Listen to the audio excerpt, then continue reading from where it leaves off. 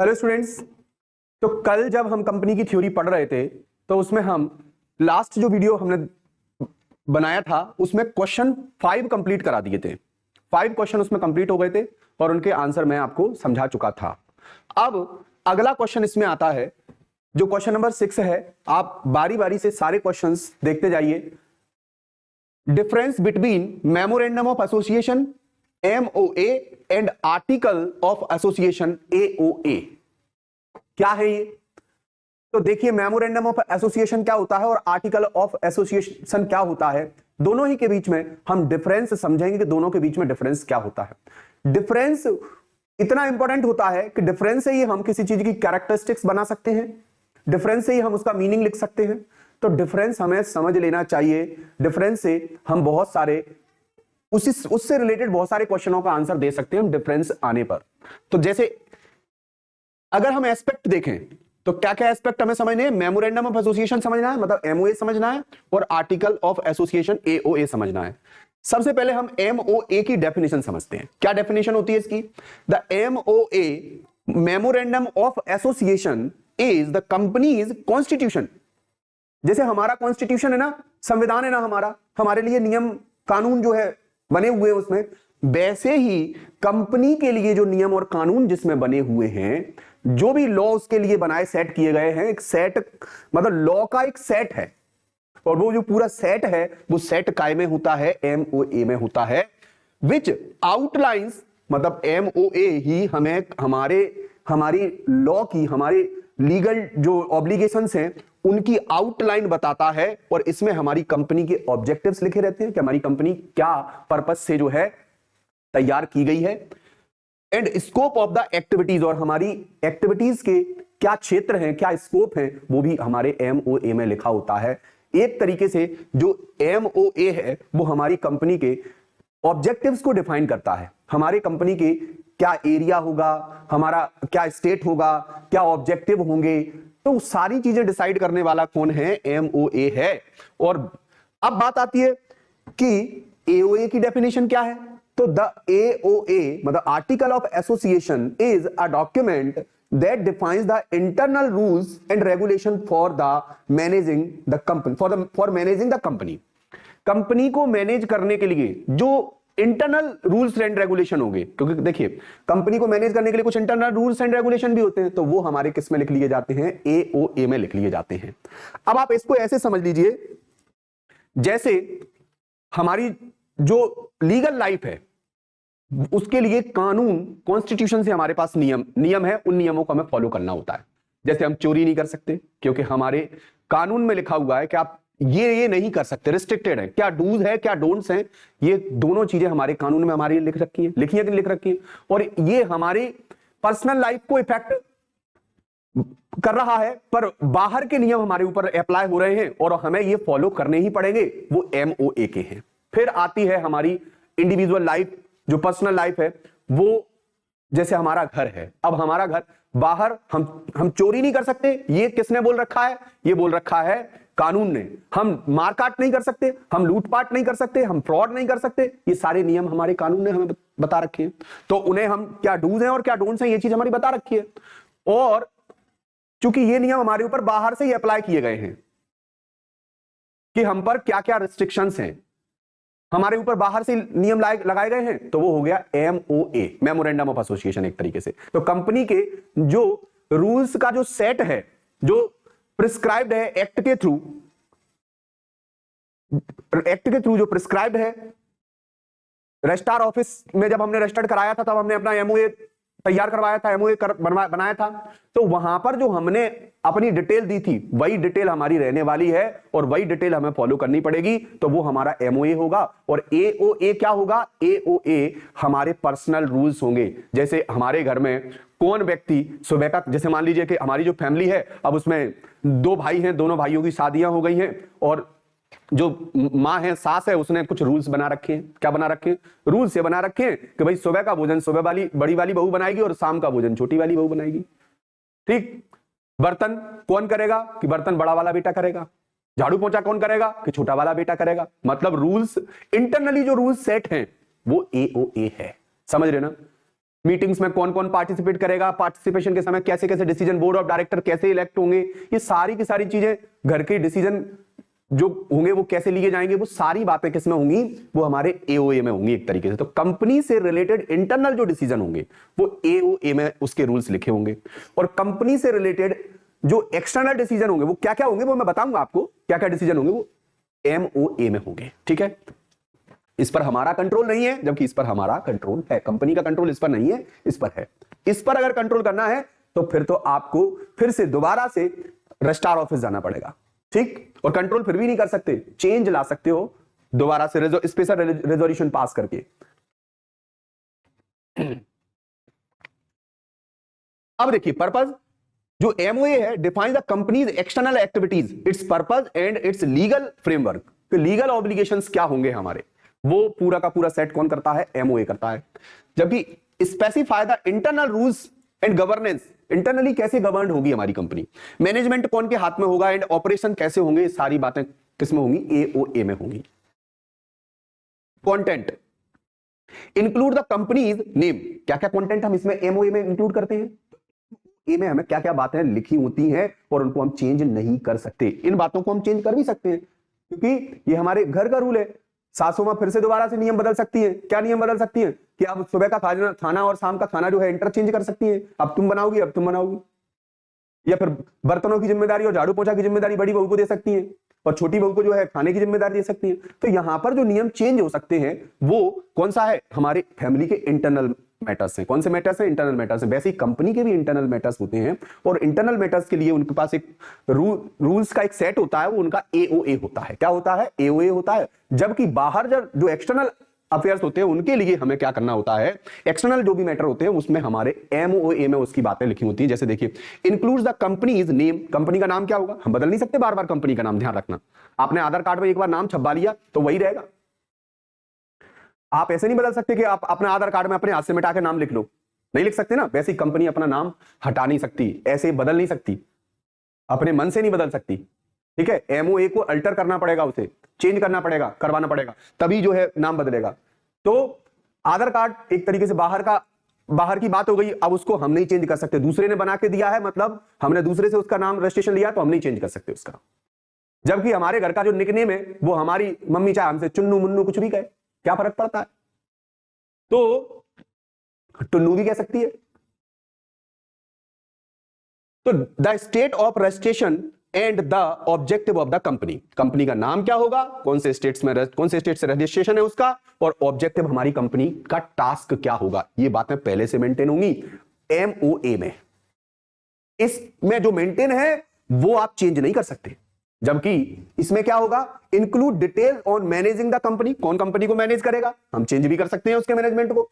Including the appointment of directors के appointment के विषय में भी बातें लिखी होंगी। इशूइंग शेयर्स इशू करने के बारे में भी बातें होंगी। एंड कंडक्टिंग मीटिंग्स, और मीटिंग कंडक्ट करने के बारे में भी बातें होंगी। एजीएम्स, ध्यान रखना। तो एजीएम, एनुअल जनरल मीटिंग जो होंगी उनके बारे में विषय में भी बातें होंगी, कौन एजीएम में आएगा, कैसे क्या, सब कुछ सारी चीजें। Legal binding, the MOA is public document. MOA कैसा डॉक्यूमेंट है, पब्लिक डॉक्यूमेंट है। तो पब्लिकली हमें इसे बताना होता है। That defines the legal limits and powers of the company. Legally आपके पास क्या लिमिट है आपकी और क्या आपके पास पावर है, दोनों चीजें आपको एक्सप्लेन करता है कौन, एमओए। तो लीगली हम कैसे कैसे बाइंड है, हम किस तरीके से हमारी बाउंडेशन है, वो सारी चीजें इसमें लिखी होती हैं। जबकि एओए क्या होता है, AOA is an internal document binding only to the company's member and directors. ठीक है, इसमें कंपनी के मेंबर और उनके बीच की जो है बाउंडेशन होती है। ठीक है, मॉडिफिकेशन मतलब चेंजेस। अल्टर कैसे करेंगे, आप किसी चीज को अल्टर कैसे करोगे, तो चेंजेस मतलब ऑल्टरेशन अगर उसका करना हो तो कैसे करेंगे, changes to the MOA changing the business objectives. अगर हम बिजनेस के ऑब्जेक्टिव चेंज करना है, मान लीजिए एमओए में अगर हमें चेंज लाना है, रिक्वायर लीगल अप्रूवल, तो आपको क्या लगेगा, लीगली अप्रूवल लेना पड़ेगा। फिलिंग विद द रजिस्ट्रार, और रजिस्ट्रार के यहां आपको ये पूरी की पूरी इंफॉर्मेशन फिल करनी पड़ेगी। रजिस्ट्रार के यहां आपको ये पूरी की पूरी इंफॉर्मेशन बतानी पड़ेगी कि हम किन चीजों में अपने बिजनेस के जो है ऑब्जेक्टिव्स हैं उनको चेंज कर रहे हैं, बिजनेस का नाम चेंज कर रहे हैं, वो सब कुछ हमें एमओए में करवाना पड़ेगा दोबारा से। जबकि एओए को अल्टर कैसे किया जा सकता है, इसको एक स्पेशल रेजोल्यूशन पास करके हम खुद ही कंपनी ही चेंज कर सकती है। जबकि ये स्पेशल रेजोल्यूशन कहां से पास होता है, इसका तो रजिस्ट्रार ऑफिस से, और इसका तो यहां से खुद कंपनी कर सकती है। तो the AOA can be altered, Altered मतलब चेंज कर सकते हो, by special resolution passed by the share holders, ध्यान रखना। तो ये चेंज हो सकता है, जबकि ये चेंज ऐसे नहीं हो सकता, इसके लिए आपको स्पेशल रेजोल्यूशन पास करवाना पड़ेगा। कहां से, रजिस्ट्रार ऑफिस से। वहां आपको और भी चीजें जो है अप्रूवल लेना होगा वहां से, तभी चेंज हो पाएगा। अगर हम एग्जांपल देखें तो if the MOA state the company's purposes is to manufacture furniture, it can not engage in software development without amending the MOA. अगर आप पहले फर्नीचर बनाते थे और अब फर्नीचर से आप सॉफ्टवेयर डेवलपमेंट करना चाहते हो, तो आप स्विच नहीं कर सकते ऐसे, जब तक आप अपने एमओए को क्या नहीं करवा लोगे, अल्टर नहीं करवा लोगे, चेंज नहीं करवा लोगे। और एओए में क्या होगा, AOA the AOA specify that board meetings must be held quarterly. Board meetings कैसे क्वार्टरली होंगी, and decision require a majority vote, decision कैसे होंगे, मेजोरिटी पर होंगे। तो ये सारी चीजें एओए में होती है, हमारी इंटरनल अफेयर्स जो भी है सब हमारे किसमें होंगे, एओए में होंगे। Scope of coverage deals with companies external activities and scope of operation. हाँ, एक्सटर्नल एक्टिविटीज पर ये डील करता है, किसके साथ डील करता है, एक्सटर्नल, मतलब एक्सटर्नल एक्टिविटीज बताता है हमारी। जबकि ये deals with internal matters of governance, administration and business operations. और ये जो भी इंटरनल मैटर्स होते हैं, कौन के गवर्नेंस में होगी पूरी की पूरी फर्म, कौन गवर्न करेगा उसको, किसके अधिपत्य में होगी, एडमिनिस्ट्रेशन क्या होगा, बिजनेस ऑपरेशंस कैसे करेंगे, ये सारी बातें किसमें होंगी, ये हमारे एओए में होंगी।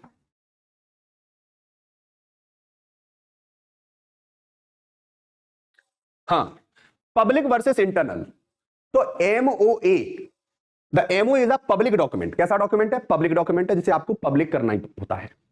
Available to anyone wishing to inspect it. जब कोई देखना चाहेगा आपका एमओए तो उसे आपको दिखाना ही पड़ेगा एमओए। जबकि एओए इंटरनल है, mainly relevant to the company's director and shareholders and members. ठीक है, ये इन्हीं के लिए होता है, शेयर होल्डर मेंबर एक ही बात है। तो इन लोगों के लिए ही क्या होता है, एओए होता है, इसे आपको पब्लिक करने की आवश्यकता नहीं होती। तो आशा करता हूं आपको एमओए और एओए के बारे में समझ में आ गया होगा। अब अगर हम शॉर्ट में देखें तो मेमोरेंडम ऑफ एसोसिएशन क्या है, governs the companies relationship with outside world. बाहर की दुनिया के जो नियम कानून है वो पूरे के पूरे एमओए में। Defining the fundamental purpose and legal boundaries. क्या हमारी लीगल बाउंड्रीज है, हम इन्हें क्रॉस नहीं कर सकते, वो है हमारा एमओए। और article of association governs the internal operation and management of the company's, detailing how day to day activities and decisions are made. Day to day activities and decision कैसे लिए जाएंगे, डे टू डे एक्टिविटीज कैसे क्या की जाएंगी, सबसे related decision कैसे लिए जाएंगे, सब कुछ किसमें बताया जाएगा, एओए में बताया जाएगा। इसको हम अल्टर नहीं कर सकते, जबकि इसे हम अल्टर कर सकते, इसको चेंज नहीं कर सकते। इसके लिए हमें रजिस्ट्रार ऑफिस में दोबारा जाना पड़ेगा। अगला क्वेश्चन हमारा आता है difference between share and stock. Share क्या होता है और स्टॉक क्या होता है। तो पहली बात तो शेयर क्या होता है, शेयर किसी कंपनी की जो कैपिटल होती है, उस कैपिटल की ऑथोराइज्ड कैपिटल कह लो या नॉमिनल कैपिटल कह लो या रजिस्टर्ड कैपिटल कह लो, आप उस कैपिटल के छोटे छोटे पीसेस बना दिए जाते हैं, क्या कहलाता है, शेयर कहलाता है। जैसे मान लीजिए आपकी कंपनी की ऑथोराइज्ड कैपिटल कितनी है, मतलब रजिस्टर्ड कैपिटल या नॉमिनल कैपिटल कितनी है, 5 लाख रुपए है या 10 लाख रुपए है। आपकी कंपनी की ऑथोराइज्ड कैपिटल 10 लाख रुपए है और 10 लाख रुपए की ऑथोराइज्ड कैपिटल वाली कंपनी के शेयर को आपने छोटे छोटे पीसेस में तोड़ दिया है।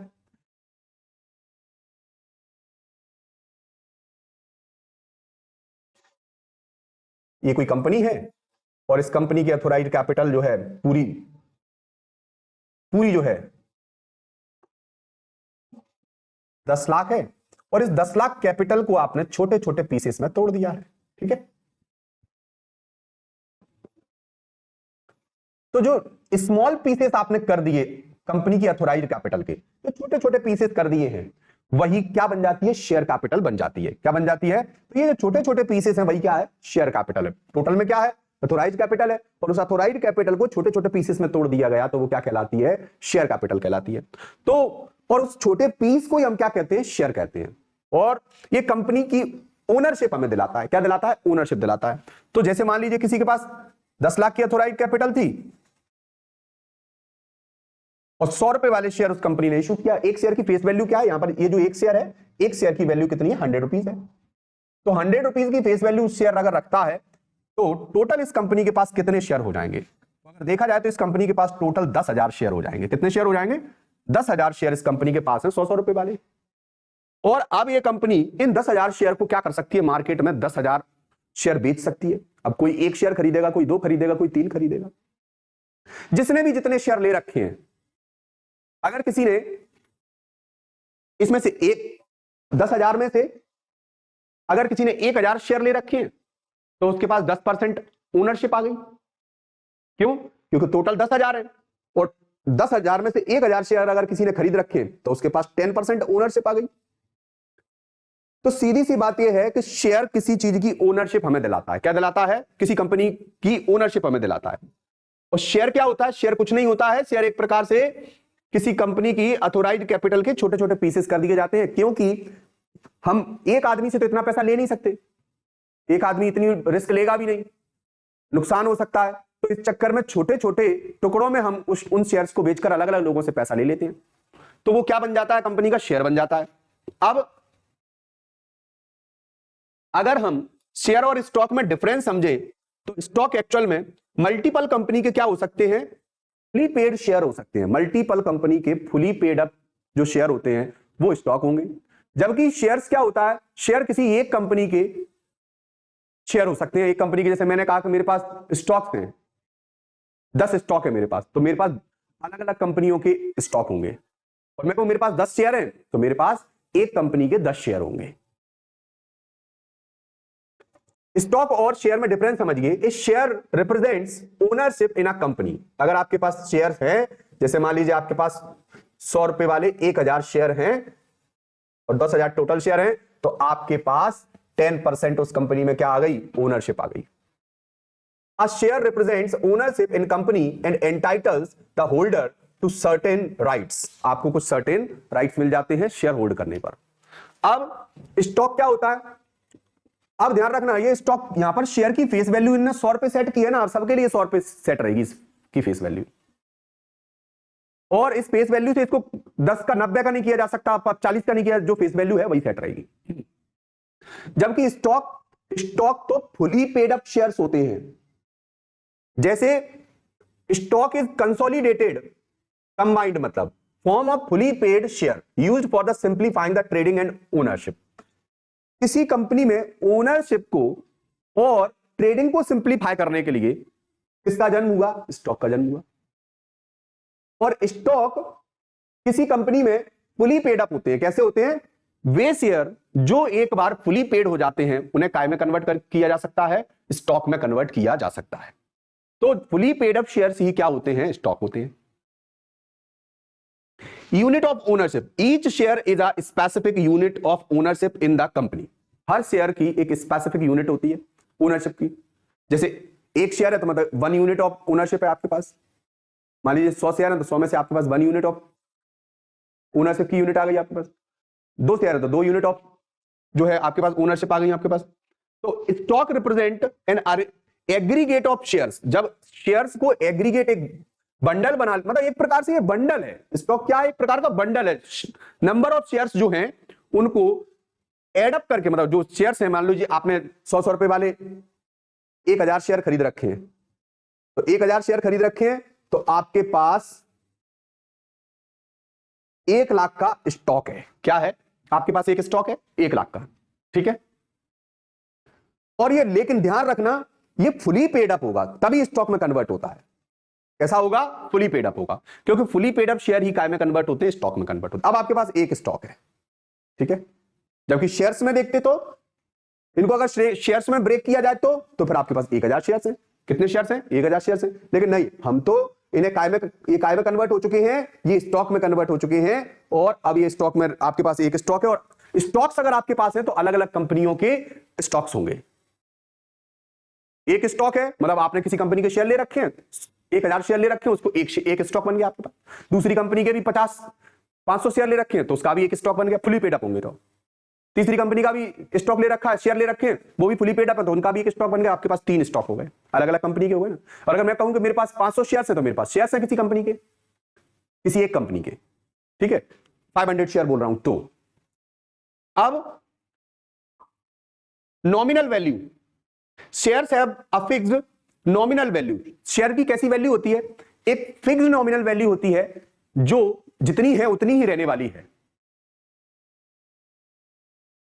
फेस वैल्यू होती है शेयर्स की। क्या होती है? शेयर की एक फेस वैल्यू होती है। जबकि stock have no fixed nominal value and are simply a collective representation of shares. अगर हम बहुत सिंपल तरीके से देखें तो क्या कह रहा है वो? Stocks have no fixed nominal value.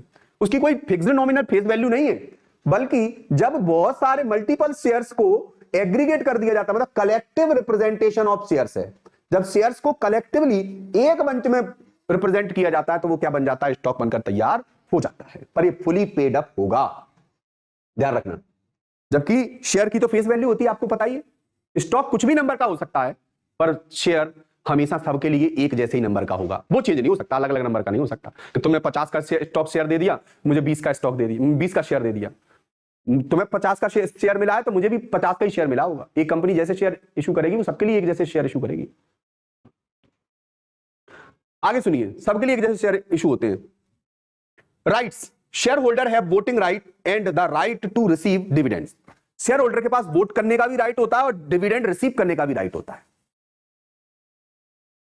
जबकि स्टॉक होल्डर्स में also have right to dividend. हाँ, डिविडेंड है भाई, अगर हमें डिविडेंड का राइट नहीं होता तो हम फिर स्टॉक होल्डर बनते ही क्यों?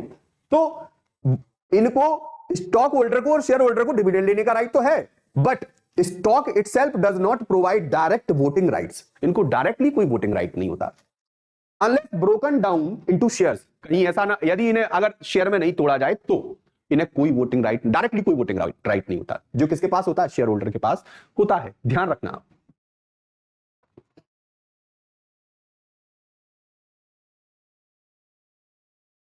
Conversion, shares are issued as individual unit. ये इंडिविजुअल यूनिट से इशू किए जाते हैं, जैसे 100 का एक शेयर, ठीक है, 100 का एक शेयर।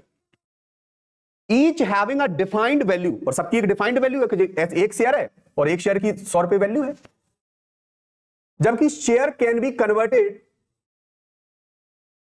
अब बात आती है कि share are issued as individual unit, ठीक है, तो शेयर इंडिविजुअल यूनिट होते हैं, जबकि जो शेयर है वही काय में कन्वर्ट हो जाते हैं, स्टॉक में कन्वर्ट हो जाते हैं, लेकिन कब? जब फुली पेड। तो वो कह रहा है कि स्टॉक कब बनते हैं? तो स्टॉक कब बनते हैं? शेयर तो इंडिविजुअल यूनिट होती है और ये अपनी खुद की फेस वैल्यू रखता है, जबकि स्टॉक क्या होते हैं? स्टॉक की जो वैल्यू दिख रही होती है वो तब कन्वर्ट होती है कि आपने कितने शेयर ले रखे हैं और कितने शेयर को उन्होंने जोड़कर क्या बना दिया है? स्टॉक बना दिया है। तो स्टॉक की कोई पहले से डिसाइडेड वैल्यू नहीं होती है, जैसे शेयर की, एक शेयर की वैल्यू क्या है? 100 रुपए है, ध्यान रखना। तो स्टॉक वंस फुली पेड, मतलब shares can be converted into stock once fully paid और simply find the ownership structure. और इसको इसीलिए कन्वर्ट किया जाता है ताकि ओनरशिप स्ट्रक्चर क्या हो सके? सिंप्लीफाई हो सके, मालिकाना हक। एग्जाम्पल देखिए आप, if a company issue 1 lakh shares and you buy 1000, you own 1% of the company. आप कंपनी में कितनी ओनरशिप रखते हो? 1% ओनरशिप रखते हो। क्यों? क्योंकि आपने 1 लाख में से 1000 शेयर खरीद रखे, तो 1 लाख का 1000 क्या हो गया? 1% हो गया। If you own fully 50 fully paid up share 10 each, 50 share है और 10 का 1 है, और ये फुली पेड अप है, ध्यान रखना। They may be converted into 1 stock, तो ये काय में कन्वर्ट हो जाएंगे? एक स्टॉक में कन्वर्ट हो जाएंगे, ध्यान रखना। ये लोग हमारे पास स्टॉक बनके तैयार हो गया। यूनिट वर्थ 500, आपके पास अब एक स्टॉक है और कितने रुपए का स्टॉक है? कि 500 रुपए का स्टॉक है। अब आप ये नहीं कहोगे कि मेरे पास शेयर से 1000 रुपए का एक, मतलब शेयर्स हैं और 1000 रुपए के शेयर्स हैं मेरे पास। कितने के शेयर्स हैं? 1000 रुपए के शेयर्स हैं। मान लो 100 रुपए का एक शेयर है, तो आपके पास कितने शेयर हो गए? 100 का एक है और 1000 के हैं, तो 10 शेयर आपने खरीद रखे हैं। तो अब आप ये नहीं कहोगे मेरे पास 10 शेयर हैं, 10 शेयर है तो वो ये सिचुएशन है, और स्टॉक है तो स्टॉक ये सिचुएशन है कि अब आपके पास एक स्टॉक है, ठीक है।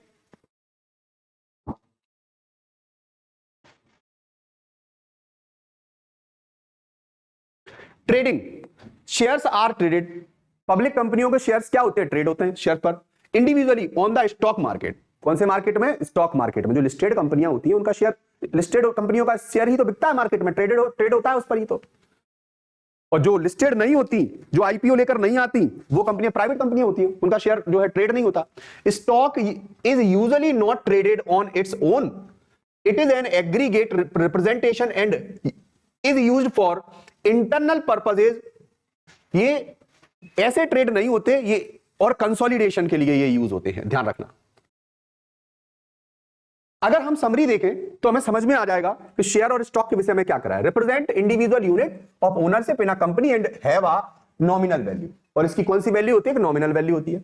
जबकि स्टॉक रेफर्स अ कलेक्टिव और consolidated holding of shares simplifying the ownership structure and trading, ownership कोई तो बता रहा है वो, and trading by the removing the specific nominal value associated with individual shares, ध्यान रखना। तो ये था हमारा शेयर एंड स्टॉक। अगला आता है डिफरेंस बिटवीन प्रेफरेंस शेयर और इक्विटी शेयर। अब शेयर्स के टू टाइप्स होते हैं, एक होता है इक्विटी शेयर और एक होता है प्रेफरेंस शेयर। तो हम सबसे पहले इक्विटी शेयर्स देखते हैं। प्रेफरेंस शेयर और इक्विटी शेयर में डिफरेंस पढ़ना है, दोनों ही देखते हैं।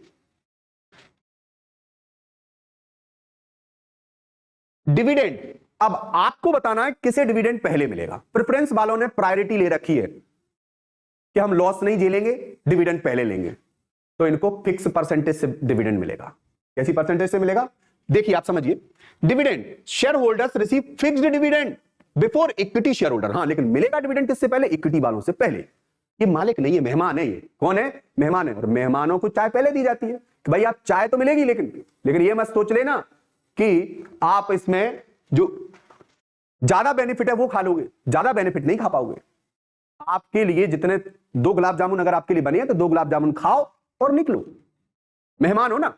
लेकिन अगर कहीं घर के लोग हुए तो मतलब इक्विटी वाले, तो वो तसल्ली से बैठकर जितना बचेगा उतना खाएंगे, ठीक है? नहीं बचेगा तो नहीं खाएंगे। तो प्रेफरेंस शेयर होल्डर वो लोग हैं जिन्हें डिविडेंड तो पहले मिलेगा लेकिन फिक्स रेट से मिलेगा। 2 गुलाब जामुन मतलब 2 गुलाब जामुन, ठीक है? मेहमान है ना, एक तरीके से इन्होंने प्रेफरेंस ले रखा है, रिस्क कम ले रखी है इन्होंने, और इन लोगों ने रिस्क ज्यादा दे रखी है इक्विटी वालों ने। तो ये रियल ओनर भी, मालिक भी हम इन्हीं को कहते हैं जो रिस्क ले रहे हैं ज्यादा। तो dividend depend on the company's profit and are not guaranteed, और इनको कोई गारंटी नहीं होती डिविडेंड की, ध्यान रखना। प्रायोरिटी इन पेमेंट, किनके पेमेंट को पहले दिया जाएगा? लिक्विडेशन हो जाए कंपनी का, कंपनी समाप्त हो जाए तो पैसा किसका पहले दिया जाएगा? इक्विटी वालों का या प्रेफरेंस वालों का? कौन से शेयर होल्डर का पैसा पहले दिया जाएगा? तो पहले इक्विटी वालों का नहीं, पहले प्रेफरेंस वालों का पैसा पहले दिया जाएगा, क्योंकि भाई उन्होंने प्रेफरेंस रिस्क ही तो छोड़ रखी है उन्होंने, इसलिए इनको बेनिफिट भी फिक्स रेट से ही मिलेगा, बेनिफिट भी इनको ज्यादा मिलने वाला नहीं है। Preference shareholders have priority over equity shareholder during repayment in the case of winding up। जब कंपनी वाइंड अप होगी तो उस समय पहले पैसा प्रेफरेंस वालों को मिल जाएगा। इक्विटी वालों से कहा जाएगा तुम डटो भैया, तुम तो घर के लोग हो यार, क्यों भड़बड़ा रहे हो? बचेगा तो खूब मिलेगा, नहीं बचेगा तो नहीं भी मिलेगा। हाँ, या तो रायता फैल ही जाएगा और या फिर रायता खूब पीने को मिलेगा। इक्विटी वालों की लाइफ में यही है। Equity shareholders receive payment only after preference shareholder have been paid. ध्यान रखना, कब मिलेगा? जब प्रेफरेंस खाकर चले जाएंगे, मेहमान खाकर चले जाएंगे, तब जो है हमें जो है इक्विटी वालों को, जो रियल ओनर है कंपनी के, उनको पेमेंट मिलेगा। रिस्क, कौन को रिस्क ज्यादा? आप तो आप समझ ही गए होंगे, मालिक की रिस्क ज्यादा होती है कि गेस्ट की रिस्क ज्यादा होती है? मतलब होस्ट या गेस्ट? तो भाई होस्ट की रिस्क ज्यादा है, गेस्ट की तो रिस्क उतनी ही है, लिमिटेड रिस्क है। तो preference shareholders bear less risk compare to equity shareholder. है दोनों ओनर, शेयर होल्डर दोनों ओनर है, पर ध्यान रखना preference shareholder real owner है कंपनी के। तो equity shareholder real owner है कंपनी के, preference shareholder real owner नहीं है कंपनी के। Equity shareholder bear more risk, risk भी ज्यादा लेते हैं, इसलिए ओनर भी रियल है। As dividends depend on company's profit and they are last in line during the liquidation। अभी तो बताया था, लास्ट में ही पैसा मिलेगा इनको, बचेगा तो ध्यान रखना, रिस्क कौन ज्यादा बियर कर रहा है? प्रेफरेंस वाले या इक्विटी वाले? तो इक्विटी वाले। प्रेफरेंस वालों को रिस्क उतनी नहीं है जितनी किसको है? इक्विटी वालों को है। आगे देखिए, वोटिंग राइट। वोटिंग राइट किसको होता है? अब आप ही बता दिए, वोट कौन कर सकता है? हमारे घर से रिलेटेड जो मैटर्स हैं उनमें कौन वोट कर सकता है? मेहमान के हम, तो पहले तो हमारा ही वोट लगेगा। मेहमानों को तो स्पेशल कोई बात होगी तो बुलाया जाएगा, तब उनसे वोट करवाया जाएगा, जब वोटिंग में जो है मैनेजमेंट गड़बड़ हो रहा हो तब। तो फिर ऐसी स्थिति में वोटिंग राइट किसको ज्यादा है? मतलब किसके पास है वोटिंग राइट? तो preference share holder generally do not have voting rights in a company. Company में इन्हें वोटिंग राइट नहीं होता, जनरली नहीं होता। हम मेहमानों को थोड़ी ना डेली डेली बुलाएंगे, हाँ भैया हमारे घर में क्या खिचड़ी बनेगी, बनेगी खिचड़ी की नहीं बनेगी। और equity shareholders have voting rights in companies decision and meetings. Company के डिसीजंस लेने में, मीटिंग्स में, एजीएम में, सारे डिसीजन जो भी होंगे उससे रिलेटेड सबको वोट करने का अधिकार होता है इक्विटी वालों को। पर प्रेफरेंस वालों को ऐसे जनरली तो कोई वोटिंग राइट नहीं होता। स्पेशल रेजोल्यूशन पास हुआ हो तो एक अलग बात है भैया।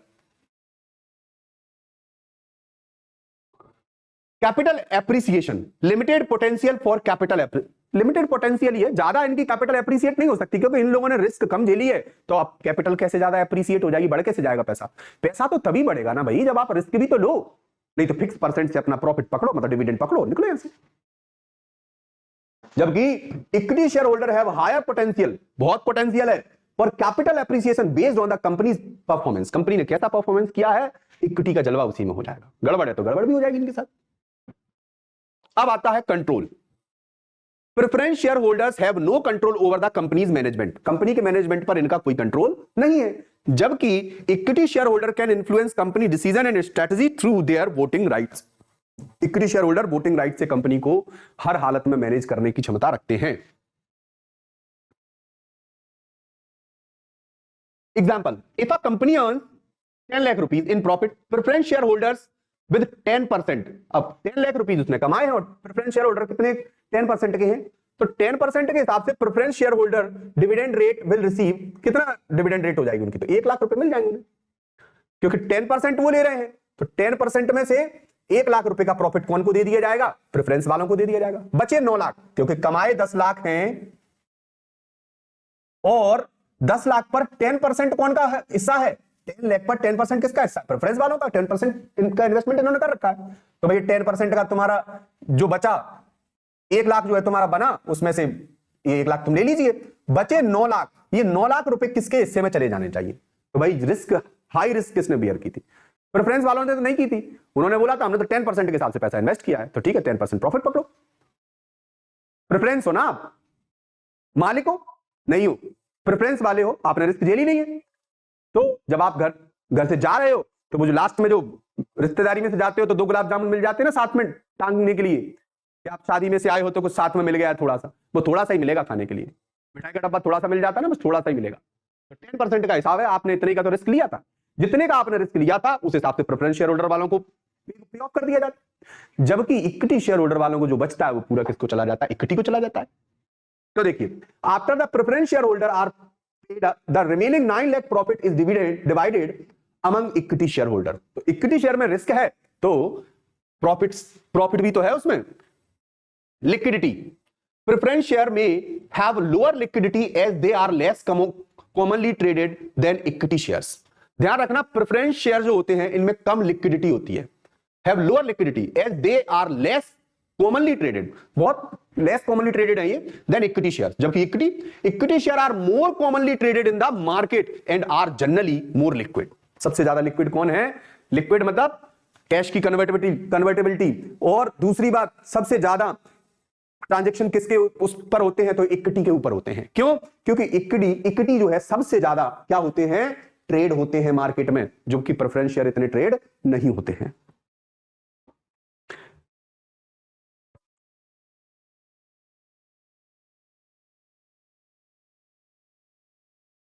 अगला, convertibility, some preference share may be convertible into equity share at a later date depending on terms. अगर टर्म्स एंड कंडीशन में ऐसा कुछ लिखा हो कि भैया आगे चल के फ्यूचर में आपके प्रेफरेंस शेयर काय में कन्वर्ट हो सकते हैं, इक्विटी शेयर में कन्वर्ट हो सकते हैं, तो you can convert them into equity shares. अगर आपको ये राइट मिला हो कि आप अपने शेयर्स को, प्रेफरेंस शेयर को काय में कन्वर्ट कर सकते हो, इक्विटी में कन्वर्ट कर सकते हो, तो यू कैन कन्वर्ट। और इक्विटी शेयर क्या नहीं हो सकते, इक्विटी शेयर कभी भी कन्वर्ट नहीं हो सकते into any other type of shares. ध्यान रखना, तो कौन से शेयर कन्वर्ट हो जाते हैं, तो देखो प्रेफरेंस शेयर के पास एक ऑप्शन तो होता है। क्या ऑप्शन होता है कि शुरू में जैसे किसी ने प्रेफरेंस में इन्वेस्ट कर दिया, उनका मन नहीं कर रहा है यार, गलत जगह इन्वेस्ट कर दिया, पैसा ज्यादा कुछ बचता नहीं है, पोटेंशियल कम दिख रहा है, तो कोई बात नहीं, अगर आपके पास कन्वर्टेबल प्रेफरेंस शेयर वाला राइट होगा तो you can convert your shares into equity shares. आप अपने शेयर्स को इक्विटी शेयर्स में कन्वर्ट कर सकते हो।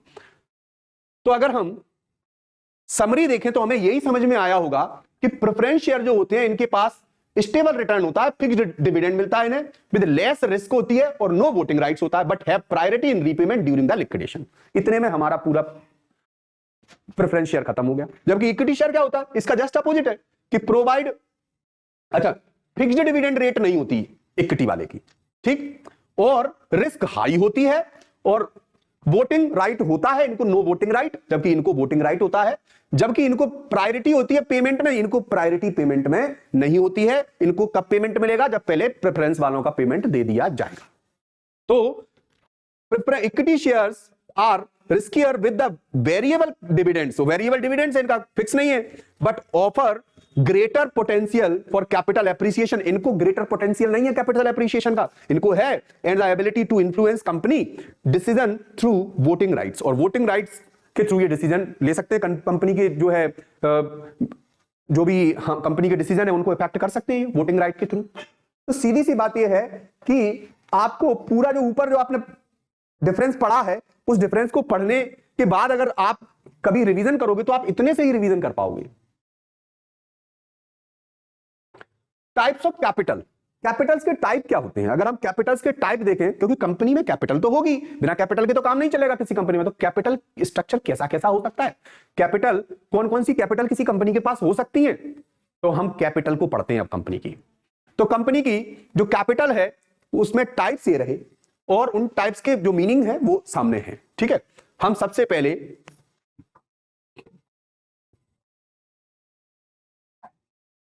ये इधर एग्जांपल है, इधर एक्सप्लेनेशन है और कैपिटल के टाइप हैं, तो हम तो टाइप पढ़ते हैं और उनका मीनिंग समझेंगे। पहले आती है authorised capital, maximum capital, nominal capital.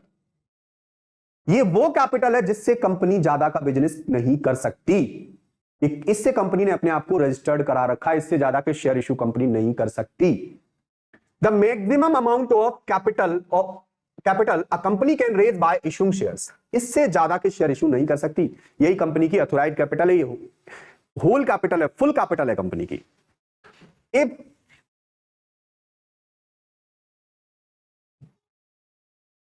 If the authorized capital is 10 lakh, a company cannot issue share worth more than this amount. अगर 10 लाख से अथॉराइज है आपकी कैपिटल कंपनी, तो आप 10 लाख से ऊपर के शेयर इशू नहीं कर सकते। अब आती है अथॉराइज्ड कैपिटल के बाद आती है इशूड कैपिटल। मैं अनइशूड कैपिटल बाद में पढ़ाऊंगा, पहले इशूड कैपिटल पढ़ाऊंगा आपको। ये इशूड कैपिटल क्या होती है? तो अथॉराइज्ड कैपिटल जो हमने करा रखी है 10 लाख की, वो जरूरी नहीं है कि वैसे तो एक बार में पूरी कैपिटल कभी भी इशू नहीं होती। जो मेरी 10 लाख की अथॉराइज्ड कैपिटल है उसमें से कुछ कैपिटल मैंने जनरल पब्लिक में आईपीओ लाके क्या कर दी, इशू कर दी। जनरल पब्लिक से मैंने कहा कि मैंने अपने आप को इनिशियल पब्लिक ऑफरिंग के लिए रजिस्ट्रार ऑफिस में जाके आरओसी में जाके मैंने क्या करवा दिया, आईपीओ के लिए जितने भी डॉक्यूमेंट से मैंने सबमिट कर दिए और मैं आईपीओ लेके आ रहा हूं। अब मैं जो है प्रोस्पेक्टस इशू कर रहा हूं, प्रोस्पेक्टस इशू करते समय मैंने क्या कर दिया, कुछ कैपिटल मेरी कंपनी की डिटेल डाल दी मैंने प्रोस्पेक्टस में सारी, और उसके बाद मैंने बोल दिया कि जनरल पब्लिक से मैं इतने शेयर जनरल पब्लिक में इशू कर रहा हूं, इतने, जैसे मान लीजिए कि 10 लाख की कंपनी है, मैंने उसमें से 5 लाख के शेयर इशू कर दिए। कितने के? 5 लाख के शेयर इशू कर दिए। अब जो क्योंकि मुझे फर्दर प्रोडक्शन के लिए, अदर किसी एक्टिविटी के लिए, जो मेरी पर्सनल एक्टिविटी है उसकी बिजनेस की, उसके लिए पैसे की जरूरत है, तो मैंने आईपीओ ले आया। क्या ले आया? आईपीओ ले आया। अब मैं जनता में जब अपनी कैपिटल के कुछ हिस्से को, अथॉराइज्ड कैपिटल के कुछ हिस्से को मैं क्या करूंगा, इशू करूंगा। तो इशू करूंगा तो जनरल पब्लिक उसको सब्सक्रिप्शन भेजेगी, तो मेरे पास वो पैसा इकट्ठा हो जाएगा। तो इशूड कैपिटल वही कैपिटल होती है जो जनरल पब्लिक में इशू की गई होती है। तो अथॉराइज्ड कैपिटल का वो पार्ट जो हमने जनरल पब्लिक में इन्विटेशन भेजे हैं कि जनरल पब्लिक आए और इस कैपिटल को जो है सबमिट करे, इस पैसे को सबमिट करे और शेयर होल्डर बन जाए। तो the portion of authorized capital that the company offers to the public for the subscription. मान लीजिए 10 लाख की अथॉराइज्ड कैपिटल थी, 10 लाख में से मैंने 6 लाख की जो है क्या कर दी है, इशू कर दी है। कितने की इशू कर दी है कैपिटल? 6 लाख की इशू कर दी है। तो 6 लाख के शेयर्स मैंने अब बेच दिए सब्सक्रिप्शन के लिए, भेज दिए। तो अब मैं लिस्टेड कंपनी भी हूं और उसके अलावा मैं, मेरा जो है फर्स्ट टाइम जो है आईपीओ हो रहा है। तो 10 लाख के शेयर में क्या कर रहा हूं, 10 लाख में से 6 लाख के शेयर मैंने इशू कर दिए जनता में। अब मेरे पास 6 लाख रुपए आ जाने चाहिए। तो जो 6 लाख, लेकिन अभी मेरे पास जो शेयर्स हैं वो कितने के? 10 लाख के शेयर्स थे। तो 10 लाख में से अभी अनइश्यूड कैपिटल क्या है मेरी? तो 4 लाख मेरी अनइश्यूड कैपिटल है। कितनी मैंने इश्यूड नहीं की? 4 लाख मैंने इश्यूड नहीं। तो 4 लाख अनइश्यूड है और 6 लाख मेरी क्या है? इश्यूड कैपिटल है। तो वही कह रहा है कि व्हाट इज इश्यूड कैपिटल, तो ऑथोराइज्ड कैपिटल का वो पार्ट जो मैंने पब्लिक में बेच दिया है, पब्लिक में बेचने के लिए भेज दिया है, तो वो मेरी इश्यूड कैपिटल है। और जो मैंने पब्लिक में बेचा नहीं है अभी, इसमें 10 लाख में से 6 लाख बेचती है तो 4 लाख तो बचे, वही मेरा अनसब्सक्राइब मतलब अनइश्यूड कैपिटल, वही मेरी अनइश्यूड कैपिटल है। इश्यूड कैपिटल और वही मेरी अनइश्यूड कैपिटल है। तो मेरी अनइश्यूड कैपिटल क्या होगी, जैसे मान लीजिए portion of the authorized capital that has not been issued for or offered for subscription. तो बताओ मैंने इसमें से 10 लाख मेरी कैपिटल थी, तो उसमें से क्या इशू कर दिया मैंने, 6 लाख। तो बताओ कितनी मैंने अभी इशू नहीं की, तो 4 लाख मैंने इशू नहीं की, वही मेरी क्या है, अनइश्यूड कैपिटल है। और इशूड कैपिटल क्या है कि 6 लाख मेरी इशूड कैपिटल है, और दोनों को जोड़ दिया जाए तो वो मिलकर क्या बनेगी, वो मेरी ऑथोराइज्ड कैपिटल बनेगी। क्या बनेगी, ऑथोराइज्ड कैपिटल बनेगी। ये मेरी ऑथोराइज्ड कैपिटल है 10 लाख। ठीक है, तो ध्यान रखना, इश्यूड कैपिटल, अनइश्यूड कैपिटल, और अब आती है सब्सक्राइब्ड कैपिटल। तो मैंने तो 6 लाख भेजी है जनता में, सब्सक्राइब करने के लिए कितनी भेजी है, 6 लाख। 6 लाख में से जनरल पब्लिक ने 5 लाख का सब्सक्रिप्शन मुझे भेज दिया, 1 लाख अभी सब्सक्राइब नहीं हुई। तो जो सब्सक्राइब हो गई, कितनी सब्सक्राइब हो गई, जनरल पब्लिक ने कितने के लिए सब्सक्रिप्शन भेज दिए, तो 5 लाख के लिए सब्सक्रिप्शन। मैंने तो कितनी बेची थी, 6 लाख। मैंने कितनी इशू की थी, 6 लाख। लेकिन मेरे पास जनरल पब्लिक ने कितनी डिमांड दी, 5 लाख की डिमांड दी। तो जो 5 लाख है वो मेरी सब्सक्राइब्ड कैपिटल हो गई। कौन सी कैपिटल हो गई, और 1 लाख अभी भी कैसी पड़ी हुई है, जो अनसब्सक्राइब्ड कैपिटल है, क्योंकि अभी भी जनरल पब्लिक ने उस कैपिटल को क्या नहीं किया, सब्सक्राइब नहीं किया। तो ध्यान रखना, the portion of issued capital that investors have agreed to purchase either fully or partially. ठीक है, जबकि unsubscribe the portion of issued capital that has not yet been subscribe to by investor. ठीक है, सब्सक्राइब टू बाय मतलब subscribe by investor, investors के द्वारा अभी भी इसे क्या नहीं किया गया है, परचेज नहीं किया गया, मतलब सब्सक्राइब नहीं किया गया, तो 1 लाख रुपए। तो ये मेरी अनसब्सक्राइब्ड कैपिटल हो गई। सब्सक्राइब्ड मतलब जिसके लिए एप्लीकेशन आ गए हैं, सब्सक्रिप्शन हो गया है उसका, बिक गई है।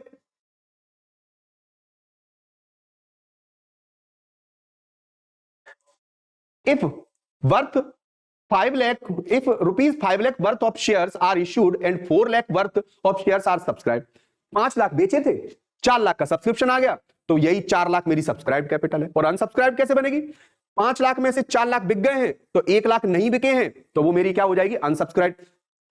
5 lakh is issued and 4 lakh worth is subscribed and the unsubscribe capital is कितनी होगी बताइए आप, 5 में से 4 बिक गए तो कितने रह गए हैं, तो भैया 1 लाख बिकने को रह गए हैं, तो वही मेरी अनसब्सक्राइब।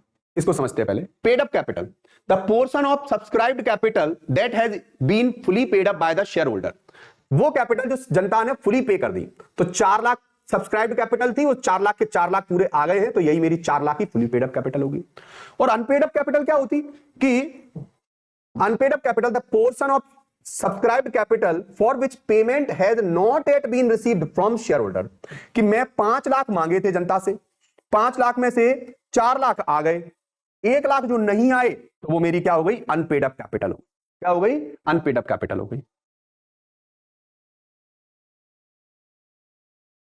अब आती है रिजर्व कैपिटल और कैपिटल रिजर्व। तो जो रिजर्व कैपिटल और कैपिटल रिजर्व है वो क्या है, the portion of subscribed capital that the company decides to call only when winding up. जब कंपनी डिसॉल्व होगी, जब कंपनी खत्म होगी, जैसे मान लीजिए मुझे किसी 10 रुपए लेने थे एक शेयर के, एक शेयर के कितने रुपए लेने, 10, तो 10 में से मैंने अभी क्या किया, उससे 8 रुपए ले लिए हैं, तो 2 रुपए अभी मैंने छोड़ रखे हैं उस बंदे पर, तो जिस पर 2 छोड़ रखे हैं वो 2 आज नहीं तो मैं कल मांगूंगा। कल मतलब कब मांगूंगा, जब मुझे जरूरत पड़ेगी, तो जब कंपनी वाइंड अप होगी तब मैं मांगूंगा। तो जो पैसा मेरा मैंने छोड़ रखा है शेयर का, कंपनी ने जो शेयर होल्डर पर 10 लेने थे, 2 लिए, 8 लिए, 2 नहीं लिए, तो आज नहीं तो कल मांगेगी कंपनी, कल मांगेगी, तो वही पैसा क्या बनेगा, रिजर्व कैपिटल बनेगा। मतलब कंपनी ने ही शेयर होल्डर से कह रखा है कि कुछ पैसे हम बाद में मांगेंगे, 10 लेने हैं, लेकिन 10 में से हमने क्या कर लिया, 8 ले लिए, 2 बाद में मांग लेंगे, तो वो मेरी रिजर्व कैपिटल हो जाएगी। क्या हो जाएगी, वही मेरी रिजर्व कैपिटल बनेगी। उसके बाद आती है, जैसे मान लीजिए ये लिखा भी है, जैसे 10 लाख रुपए मुझे लेने थे, 2 लाख मैंने अभी नहीं लिए हैं, वो डिक्लेयर कर दिए मैंने किसके रूप में, रिजर्व कैपिटल के रूप में। तो आप लोगों से मैं वो जो 8 लाख तो मैं ले चुका हूं, 10 लाख में से 8 लाख तो मैं ले चुका हूं, लेकिन जो 2 लाख है वही मेरी रिजर्व कैपिटल होगी, क्योंकि मैंने डिक्लेयर कर दिया इसको लिक्विडेशन के टाइम मांगूंगा, जब कंपनी खत्म होगी तब मांगूंगा। तो वो 2 लाख रुपया है वही मेरी कौन सी कैपिटल है, रिजर्व कैपिटल है। कोई भी एग्जांपल हो सकता है, एग्जांपल तो कोई भी बन सकता है, मैं अभी इन सारी कैपिटल के एक एग्जांपल बना के दिखाऊंगा आपको। आपकी कैपिटल रिजर्व, ये वो कैपिटल है जो बिजनेस की जो डेली एक्टिविटी होती है उनसे आने वाले पैसे से ना आकर किसी अदर एक्टिविटी से पैसा आ जाए हमारे पास। जैसे मेरा काम किसी कुछ प्रोडक्शन का है, मशीन बेच दी मैंने, उससे मेरे पास कैपिटल प्रॉफिट हो गया। तो जो पैसा मशीन बेच, मेरा काम मशीन बेचने का तो है नहीं, फिर भी उससे पैसा आ गया मेरे पास। तो जो पैसा आ गया वो पैसा मेरे डेली बिजनेस की वाली एक्टिविटी से आया क्या? नहीं आया। तो वो पैसा मेरे पास जो आया है वही मेरा क्या है? कैपिटल रिजर्व का पैसा है। प्रीमियम आ गया मेरे पास, सिक्योरिटी प्रीमियम, तो वो भी अदर एक्टिविटी, मतलब एक तरीके से सिक्योरिटी प्रीमियम। और उसके अलावा फॉरफीचर अमाउंट, फॉरफीचर मतलब किसी का शेयर जब्त कर लिया और जब्त करने के बाद उसके पैसा भी बचा गए, शेयर भी ले लिया उससे वापस, क्योंकि वो किस्त नहीं दे रहा था। जैसे हम किसी के यहाँ गाड़ी खरीदने जाते हैं कंपनी में, तो गाड़ी खरीदते हैं तो वो गाड़ी भी छीनने जाते हैं, अगर हम किस्त ना भरे तो जो पैसे भरे हैं वो भी जब्त कर लेते हैं। तो वो जब्त करके जो पैसा आया है वो उनका फॉरफीचर अमाउंट, मतलब एक तरीके से क्या हो गया, वो भी कैपिटल रिजर्व हो गई। तो ऐसे ही शेयर में क्या होता है, A reserve created from profits earned from the activity outside the company's regular business like asset sales, ठीक है, फॉर फीचर। इन ऐसी तरीके से, मतलब बिना बिजनेस के जो पैसा आता है, एक तरीके से जो बिना बिजनेस की एक्टिविटी के पैसा आ रहा है वही क्या है? कैपिटल रिजर्व है। If a company sells building, जबकि बिल्डिंग बनाने बेचने का काम उसका है ही नहीं है, for profit 5 lakh, this amount is transfer to the capital reserve account. Building बेचने का काम थोड़ी है कंपनी का, तो लेकिन बिल्डिंग बेच रही है और बिल्डिंग बेच के उसके पास 5 लाख रुपया भी बच गया, तो किसी अनदर एक्टिविटी से पैसा आ गया तो 5 लाख उसके काय में ट्रांसफर हो गए, वो हो गए उसके कैपिटल रिजर्व में ट्रांसफर।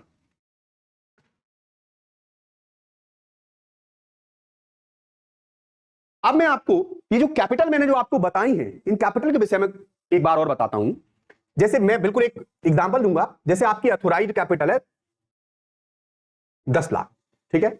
10 लाख में से आपने इश्यू, 10 लाख जो आपकी अथोराइज्ड कैपिटल है, इसमें से अनइश्यूड कैपिटल होगी और इश्यूड कैपिटल होगी। तो 6 लाख आपने इश्यू कर दी तो वो इश्यूड कैपिटल हो गई। और जो आपने अभी इश्यू नहीं की है, तो 10 लाख में से 6 लाख इश्यू कर दी, तो कितनी इश्यू नहीं की? 4 लाख इश्यू नहीं की। तो देखो, अनइश्यूड कैपिटल जो हमने अभी नहीं बेची जनरल पब्लिक में, इश्यूड कैपिटल जो बेचने मतलब पब्लिक में सब्सक्रिप्शन के लिए भेज दी है, तो ये अनइश्यूड कैपिटल और issued capital. Total authorised capital 10 lakh थी। अब मैं कहूं कि मैंने तो 6 लाख इश्यू की है ना, तो 6 लाख में जरूरी है कि मेरे पास पूरे 6 लाख के 6 लाख सब्सक्रिप्शन आ जाए? मैं कोई चीज बेचने के लिए निकला कि मेरे पास 6 लाख वस्तुएं हैं, और जरूरी है कि 6 लाख की 6 लाख बिक जाए? हो सकता है वो 5 लाख ही बिके। कितनी बिके? 5 लाख बिकी वो, तो 5 लाख की मेरी क्या हो गई? सब्सक्राइब कैपिटल हो गई। और कितने की नहीं बिकी? एक ही बेची थी ना, तो 5 ही की बिकी, तो एक की नहीं बिकी, तो एक मेरी क्या हो गई? वही एक मेरी अनसब्सक्राइब्ड कैपिटल हुई, जो जनरल पब्लिक ने क्या नहीं किया, उसको सब्सक्राइब नहीं किया। अब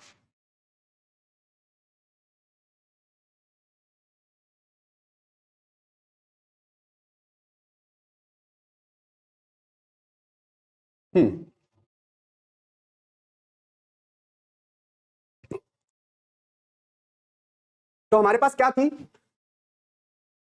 10 लाख की कैपिटल थी,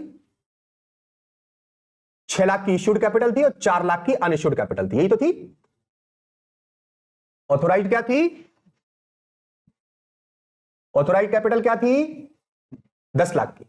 इश्यूड कैपिटल क्या थी? 6 लाख की। और अनइश्यूड कैपिटल क्या थी? 4 लाख की। पर 6 लाख में से सब्सक्राइब्ड कैपिटल कितनी हुई है? तो कितनी सब्सक्राइब्ड हुई थी पता है? याद है आपको? सब्सक्राइब्ड हुई थी हमारी 5 लाख की। तो कितने की सब्सक्राइब्ड नहीं हुई थी? तो सब्सक्राइब्ड नहीं हुई थी 1 लाख की, अनसब्सक्राइब्ड। यहां तक बातें हो चुकी थी। Authorized capital 10 lakh, issued capital उसमें से 6 लाख, अनइश्यूड जो मैंने नहीं इश्यू की है वो 4 लाख, सब्सक्राइब्ड कितनी हो चुकी थी? 5 लाख की। तो अनसब्सक्राइब कितनी रह गई?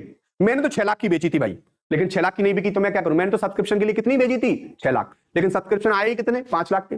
तो 5 लाख मेरी सब्सक्राइब्ड है और अनसब्सक्राइब्ड कितनी है? कि 1 लाख की है। अब जनता से मेरे पास 5 लाख की सब्सक्रिप्शन, अगर 5 लाख की कैपिटल सब्सक्रिप्शन के लिए सब्सक्राइब्ड हो गई है, तो मुझे 5 लाख रुपया मिल जाने चाहिए जनता से, या नहीं मिल जाने चाहिए? क्योंकि इन दोनों तो दिए ही नहीं है पैसे, लेकिन इन्होंने तो सब्सक्रिप्शन वालों ने दिए ना, तो सब्सक्रिप्शन वालों ने भी बाद में इन लोगों ने भी झोल कर दिया। 5 लाख के हिसाब बता के 5 लाख आने चाहिए थे, लेकिन 5 लाख में से केवल कितने आए हैं? 4 लाख ही आए हैं। कितने आए हैं? 4 लाख ही आए हैं 5 लाख में से, जबकि आने कितने चाहिए थे बताओ? 5 लाख आने चाहिए थे, 5 लाख में से केवल 4 लाख ही आए हैं। तो 4 लाख मेरे पास आ गए मेरे पास, तो ये पेड अप कैपिटल है। कौन सी कैपिटल है? पेड अप कैपिटल है। तो फिर अनपेड अप भी होगी। क्या नहीं दिया शेयर होल्डर ने? तो 1 लाख नहीं दिए सब्सक्राइब जिन्होंने किए थे उन्होंने, तो वो मेरी क्या हो गई? 1 लाख की अनसब्सक्राइब्ड कैपिटल, अनपेड अप कैपिटल हो गई। पेड अप कैपिटल 4 लाख जो आ गए हैं, अनपेड अप कैपिटल जो नहीं आए हैं। अब रिजर्व कैपिटल क्या होती है और कैपिटल रिजर्व क्या होती है। तो मुझे मान लीजिए किसी से 10 का नोट लेना था और उसमें से मैंने केवल 8 रुपए लिए हैं, तो 2 रुपए जो मैंने छोड़ रखे हैं वो मैं फ्यूचर में मांगूंगा, तो वो मेरी 2 रुपया क्या होगी, रिजर्व कैपिटल होगी, ईच शेयर मान लीजिए। और कैपिटल रिजर्व जो नॉन ऑपरेशनल प्रॉफिट है, set aside for the special purposes, और इसको हम अलग एक साइड स्पेशल पर्पसेस में यूज किया जाता है इस पैसे को, तो वो मेरी, ये तो बाइंडिंग अप के समय मांगी जाती है, तो ये मेरी क्या हो जाती है, कैपिटल रिजर्व हो जाती है। तो आप तरीके से समझिए, आपको इन कैपिटल के बारे में न्यूमेरिकली पता होना चाहिए कि नंबर में किस कैपिटल को कैसे कैसे दिखाया जाता है, ध्यान रखना इस तरीके से दिखाया जाता है।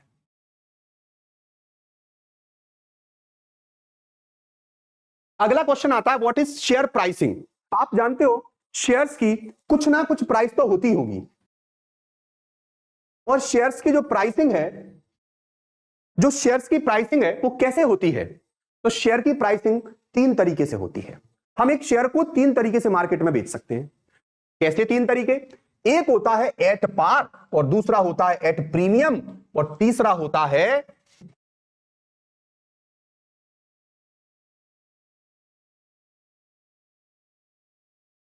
एट पार, एट प्रीमियम और एट डिस्काउंट।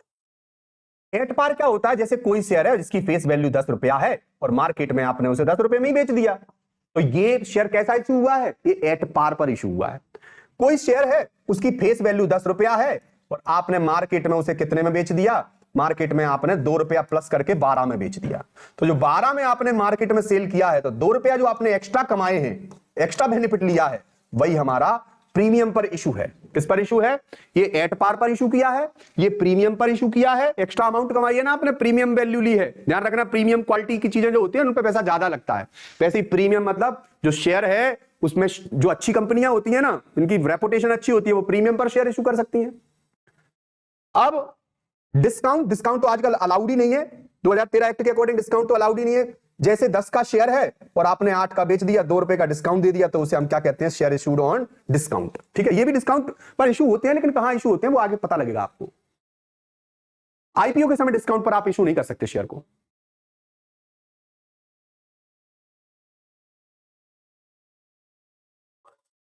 तो share are sold below their nominal value, this generally not permitted under the Companies Act 2013। ध्यान रखना 2013 के अकॉर्डिंग डिस्काउंट पर शेयर इशू नहीं कर सकते, as it could harm the interest of shareholder, इससे शेयर होल्डर को नुकसान हो सकता है। ठीक है, और it ₹10 face value of share sold 8 is not legally permitted under the act. ध्यान रखना परमिटेड नहीं है, जबकि ये तो एट प्रीमियम तो खूब चलता है। Shares are sold at price higher than their nominal value. This happens when the company is in strong financial position or has good reputation. अच्छी reputation वाली जो कंपनियां होती है ना, वो महंगे में चीजें बेचती हैं। तो ध्यान रखना, आप क्वालिटी कंपनी की चीज लोगे तो आप महंगी पड़ेगी। तो वही है यहाँ पर, It 10 face value share is sold for 12 rupees. 10 रुपए की फेस वैल्यू का शेयर कितने में बेचा गया है, 12 रुपए में बेचा गया है, तो प्रीमियम वैल्यू पर उसे सेल किया गया है। जबकि एट पार क्या होता है, share are sold at the nominal value, जब किसी को नॉमिनल वैल्यू पर बेचा जाए, मतलब जो वैल्यू है उतने में बेचा जाए, meaning the issue price is equal to the face value of the share. जैसे 10 रुपए का शेयर है और 10 में बेचा टिपा दिया गया है, 10 का शेयर 10 में बेचा है, तो वो कौन सा होता है, एट पार होता है। 10 का शेयर 12 में बेचा गया तो 2 रुपए जो प्रीमियम के हैं, और 10 का शेयर 8 में बेचा गया तो 2 रुपए डिस्काउंट के। तो आपको समझ में आ गया होगा, ये डिस्काउंट में तो बुरी स्थिति की कंपनियां होती है वो बेचती है, लेकिन कब बेचेंगे मैं आपको बताऊंगा। यहां तो डिस्काउंट तो अलाउड ही नहीं है। अगला क्वेश्चन आता है, explain over subscription, under subscription, pro rata, allotment and share payable in lump sum. इन सारी सिचुएशन को समझाइए। तो हम सारी सिचुएशन को समझते हैं। सबसे पहले हम देखते हैं, सबसे पहले हम ओवर सब्सक्रिप्शन को देखते हैं। क्या होता है ओवर सब्सक्रिप्शन और कौन सी कंपनियों के पास आता है ओवर सब्सक्रिप्शन? ये उनके पास आता है जिनकी रेपुटेशन अच्छी होती है। देखो भाई, क्या होता है जब कोई अच्छी चीज मार्केट में बिकने आती है ना, तो ऐसी स्थिति में होता क्या है कि उसके खरीदार ज्यादा होते हैं और वस्तुएं कम होती हैं। वही ओवर सब्सक्रिप्शन की सिचुएशन है। ओवर कस्टमर्स हैं मार्केट में, तो occurs when more application are received then the number of share available. जितने शेयर बेचे थे 10 बेचे थे और 15 खरीदने वाले आ गए, तो 5 का ओवर सब्सक्रिप्शन लग गया। 10 चीजें लाए थे बेचने के लिए, 15 खरीदने वाले हैं, तो 5 का ओवर, 5 को तो लौटाना पड़ेगा ना। तो यहां पर ओवर सब्सक्रिप्शन की सिचुएशन है। इफ कंपनी के पास, if 1000 share are offered but 1500 applications are received, it's over subscription. यही ओवर सब्सक्रिप्शन है। अंडर सब्सक्रिप्शन, अब आप समझ ही गए ओवर सब्सक्रिप्शन का अपोजिट हो गया वो। अंडर सब्सक्रिप्शन मतलब कि शेयर जितने बेचने को निकले उतने बिके ही नहीं है। Occurs when fewer application are received then the number of share issued. जैसे 1000 बेचे थे, 800 एप्लीकेशन आई है, तो ये अंडर सब्सक्रिप्शन कहलाएगा। ठीक है, अच्छी रेपुटेशन की कंपनियां नहीं होती उनके साथ अंडर सब्सक्रिप्शन चलता है, बाकी रेपुटेशन अच्छी है तो ओवर सब्सक्रिप्शन है। अब जब ओवर सब्सक्रिप्शन हो जाता है तो हमें कुछ को शेयर दे सकते हैं और कुछ को भगा सकते हैं। तो कभी कभी ये होता है कि हमारे पास जो शेयर्स हैं तो उनको हम प्रोराटा बेस पर डिस्ट्रीब्यूट कर देते हैं। कैसे डिस्ट्रीब्यूट कर देते हैं? प्रोराटा बेस पर। इस प्रोराटा की सिचुएशन को आप ऐसे समझिए, मान लीजिए एक बेचने वाला कोई व्यक्ति आया है और ये 100 वस्तुएं लाया है। कितनी वस्तुएं लाया है? 100 वस्तुएं लाया है। और आप में से 30 इन्होंने मांगी है, 20 इन्होंने मांगी है, ठीक है, 50 इन्होंने मांगी है, 100 इन्होंने मांगी है, 70 इन्होंने मांगी है, 30 इन्होंने मांगी है, 60 इन्होंने मांगी है और 40 इन्होंने मांगी है। कितने सब्सक्रिप्शन आ गए? ये बेचने क्या आया है? 100 शेयर, मतलब 100 वस्तुएं बेचने आया। और हाँ,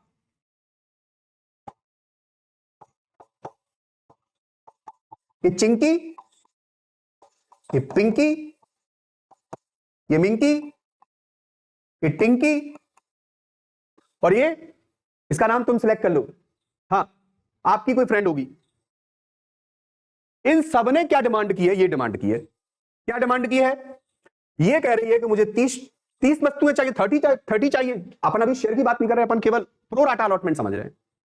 तो लेकिन हमारे पास 100 ही वस्तुएं 100 से ऊपर नहीं हो सकती। 100 ही लेकर आया है टोकरी में।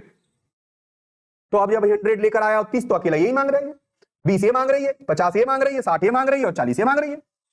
टोटल कितनी मांगी जा रही है बताइए? आपने काउंट कर लिए? 200 मांगी जा रही है। कितनी मांगी जा रही है? 200। तो इसका मतलब ये हुआ कि 100 शेयर हैं और मांगने वाले क्या हैं? 200 हैं। मतलब 100 की वस्तुएं। तो एक तरीके से देखा जाए तो 1:2 का रेशो हो गया। मतलब जिसने 2 मांगी है उसको कितनी मिलेगी? 1 मिलेगी। कितनी मिलेगी? 1 मिलेगी। तो 30 वाले को कितनी मिल जाएगी इस रेशो के हिसाब से? तो अपन रेशो के हिसाब से देख लेते हैं। 30 वाले को रेशो क्या है हमारा? 1/2। तो 15 शेयर तू ले ले भैया, बहना। 15 शेयर हम चिंकी को दे देंगे। इससे भी, इसमें भी वही रेशो तो हमारा एक बार बनेगा ना सबके लिए। तो 10 शेयर तू ले ले बहना, और 25 शेयर तू ले ले, 30 शेयर तू ले ले, और 20 शेयर तू ले ले। अच्छा बताओ, इसमें किसी को भी हमने दुखी किया क्या? नहीं। इसी को प्रोराटा प्रोपोर्शनेट रेशो बनाया ना हमने पहले, फिर अलॉट किया। तो इसी को हम क्या कहते हैं? किसी को वापस नहीं करते इसमें। और कर भी सकते हैं, ऐसा नहीं है। यहां पर मान लीजिए एक व्यक्ति और था, वो आपका खचेड़ू सा दोस्त था, और वो जो दोस्त था ना उसने भी 50 शेयर मांग रखे थे, और हमने इस 50 वाले को क्या कर दिया? कैंसिल कर दिया। इसे कह दिया भैया तेरे को हम दे नहीं पाएंगे शेयर, भगा दिया उसको। पता नहीं किस्त भरेगा कि नहीं भरेगा। ले, इसको हमने शेयर दिया ही नहीं। इसका पैसा जो आया था मेरे पास वो बैंक में वापस कर दिया और इनको शेयर दे दिया प्रोराटा अलॉटमेंट पर। कौन से बेस पर? प्रोराटा बेस पर। तो इसी को प्रोराटा अलॉटमेंट कहते हैं। क्या कहते हैं? Pro rata allotment. हम सबको पैसा, सबको शेयर देंगे, लेकिन कैसे देंगे? जिसने रेशो लगा के। और रेशो कैसे? 1/2 का बनना था तो इसको 15 देंगे, इसमें भी 1/2 लगा देंगे। तो रेशो कैसे बना था? ऐसे बना था, कितने शेयर थे और कितनी डिमांड आई है। तो आपको प्रोराटा अलॉटमेंट समझ में आया होगा। ये क्वेश्चन में ज्यादा अच्छे से समझ में आता है। ये थ्योरी है, थ्योरी में आप थ्योरी को समझिए। When shares are oversubscribed, the company allots shares proportion to the application received. किसके प्रोपोर्शन में डिस्ट्रीब्यूट करती है? एप्लीकेशन रिसीव होने के प्रोपोर्शन में। जैसे मान लीजिए 1500 share are applied for but only 1000, मतलब 1500 के लिए एप्लीकेशन आया है। 1500 के लिए क्या आया है? एप्लीकेशन आया है। 1500 के लिए एप्लीकेशन आया है और आपके पास शेयर तो 1000 है। अब क्या करोगे? कुछ नहीं, 3:2 का रेशो बन गया। क्या बन गया? कि 1000 शेयर है, हम ऐसे रख लेते हैं 1000 to 1500, ठीक है। तो हमारा 2:3 का रेशो बन गया। 2:3 का। जिसने 3 मांगे उसको कितने मिल जाएंगे? 2 मिल जाएंगे। हाँ, किसी ने 300 शेयर मांगे हैं। कितने मांगे हैं? 300 शेयर मांगे हैं। 300 शेयर मांगे हैं, और 300 शेयर मांगे हैं तो 2/3 का रेशो लगा दिया हमने, क्योंकि 2:3 रेशो बना है। 300 मांगे, मैंने 200 लिख दिए थे ना, 200 नहीं, 300 मांगे। तो हम 300 मांगने वाले को 300 ही दे देंगे, 200 देंगे। तो लगा लेते 3 बन जा 3 और उसको हम 200 शेयर दे देंगे। तो ध्यान रखना ये 200 क्यों लिखा, क्योंकि उसने मांगे 300 थे लेकिन हमने दिए 200 है, क्योंकि रेशो लगाया ना हमने। रेशो आपको समझ में आ गया होगा, ठीक है, आप किसी का भी रेशो निकाल सकते हो। Share payable in lump sum, share for which the full payment is made at the time of application. अब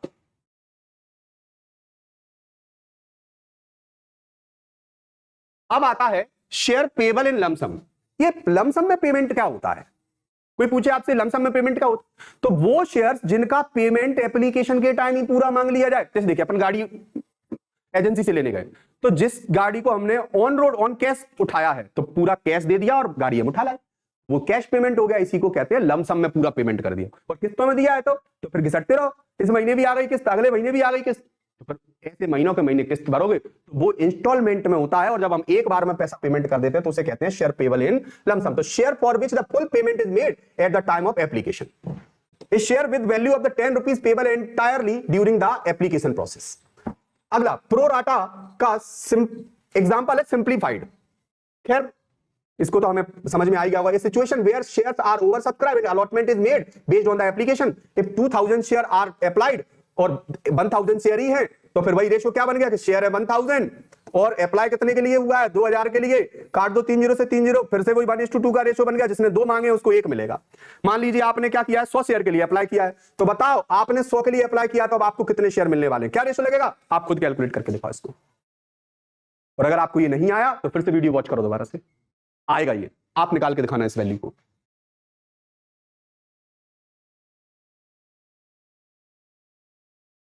over subscription, under subscription, pro rata, share payable in lump sum और प्रो राटा एग्जांपल सिंप्लीफाइड, ये तो ठीक है। तो आपको ये सारी चीजें समझ में आई होंगी। ओवर सब्सक्रिप्शन जब शेयर ज्यादा, सब्सक्रिप्शन ज्यादा आ जाए और शेयर उतने हो नहीं। अंडर सब्सक्रिप्शन जब सब्सक्रिप्शन उतने आए नहीं जितने हमने मार्केट में बेचे हैं। और प्रो राटा अलॉटमेंट जब बहुत ज्यादा सब्सक्रिप्शन आ जाएगा तो हम मतलब प्रोपोर्शनेट रेशो से क्या करेंगे, डिस्ट्रीब्यूट करेंगे शेयर। और पेबल इन लमसम मतलब एप्लीकेशन पर ही पूरा पैसा देना है हमें। और ये तो आपको समझ में आएगी। तो ये आपकी कंपनी के कितने क्वेश्चन मैंने कवर किए हैं, 10 क्वेश्चन कवर किए हैं। 10 क्वेश्चंस और होंगे, आपकी टोटल कंपनी की थ्योरी इसमें कवर हो जाएगी। तो मैं अगली वीडियो में आपको और जो क्वेश्चन बच रहे हैं उनको कवर करूंगा। और 3 वीडियो में ये पूरा का पूरा 4 वीडियो है, 3 वीडियो में पूरी की पूरी कंपनी हमारी कवर हो जाएगी। आप इस थ्योरी की वीडियो को अच्छे से वॉच करोगे तो आपको इससे रिलेटेड डाउट नहीं रह जाएगा। और अगर आपको वीडियो पसंद आए तो please like, subscribe and share करना ना भूलें। Okay, thank you.